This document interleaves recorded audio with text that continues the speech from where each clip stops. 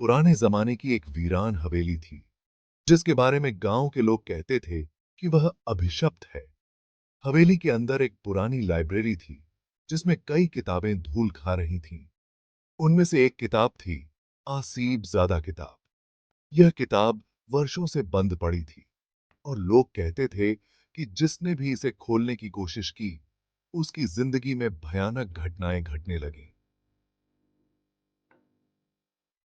मैं राहुल हूं, एक युवा शोधकर्ता जो पुरानी किताबों और रहस्यमय कहानियों में दिलचस्पी रखता है।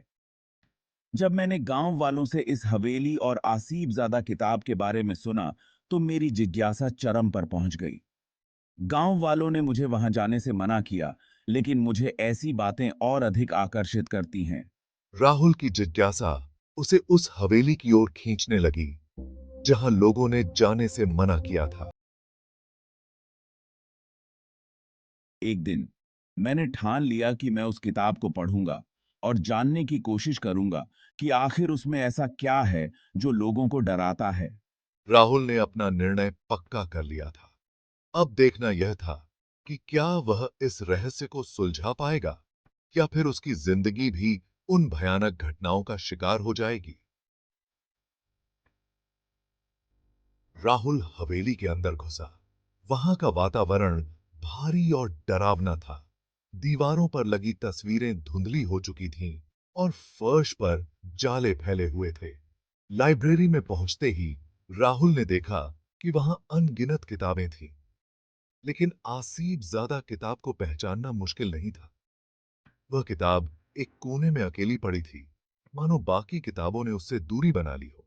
ये किताब, ये तो वही है जिसके बारे में सुना था। राहुल ने हिचकिचाते हुए किताब को उठाया।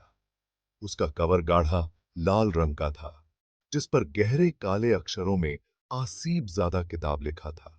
यह तो वही है, आसीबजादा किताब।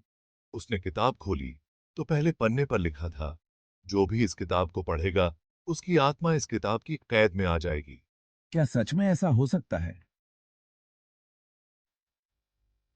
राहुल ने इस चेतावनी को नजरअंदाज किया और पढ़ना शुरू किया। जैसे जैसे वह पन्ने पलटता गया, उसे महसूस होने लगा कि हवेली के अंदर कुछ अजीब हो रहा है।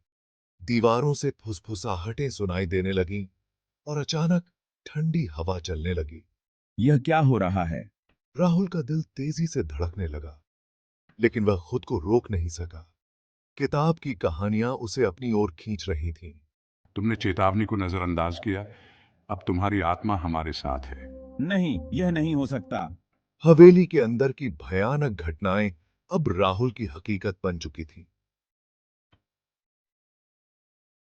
किताब की कहानियां खौफनाक और भयानक थीं। उनमें ऐसे किस्से थे जहां लोग अनजाने में आत्माओं के जाल में फंस जाते थे और उनकी जिंदगियां तबाह हो जाती थीं। मुझे ऐसा महसूस हो रहा है कि मैं उन कहानियों का हिस्सा बनता जा रहा हूं।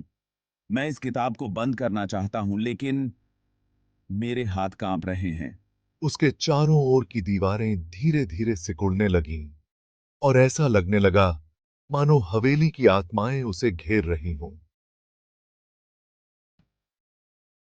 अचानक एक जोरदार धमाके की आवाज आई और लाइब्रेरी का दरवाजा अपने आप बंद हो गया। हं, यह क्या हो रहा है? मुझे इस किताब को फेंकना होगा, लेकिन यह मेरे हाथों से चिपक गई है। उसके चारों ओर का वातावरण घना अंधेरा हो गया। अब मेरे कानों में चीख पुकार सुनाई देने लगी है। मैं समझ गया हूं कि मैं एक भयानक जाल में फंस गया हूं। उसके बाद राहुल की आवाज कभी किसी ने नहीं सुनी। कुछ दिनों बाद हमने उसे खोजने की कोशिश की, लेकिन हवेली के अंदर सिर्फ वह किताब पड़ी मिली। किताब अब पहले से भी ज्यादा डरावनी लग रही थी। इस कहानी ने गांव के लोगों को फिर से उस हवेली से दूर कर दिया। असीब ज्यादा किताब एक ऐसा रहस्य बन गई जिसे कोई सुलझाना नहीं चाहता था। लेकिन एक सवाल हमेशा उठता रहा, क्या वास्तव में आत्माओं का अस्तित्व है या ये सिर्फ मन का भ्रम है? शायद इस सवाल का जवाब सिर्फ वही जान सकता है जिसने उस किताब को पढ़ने की हिम्मत की हो।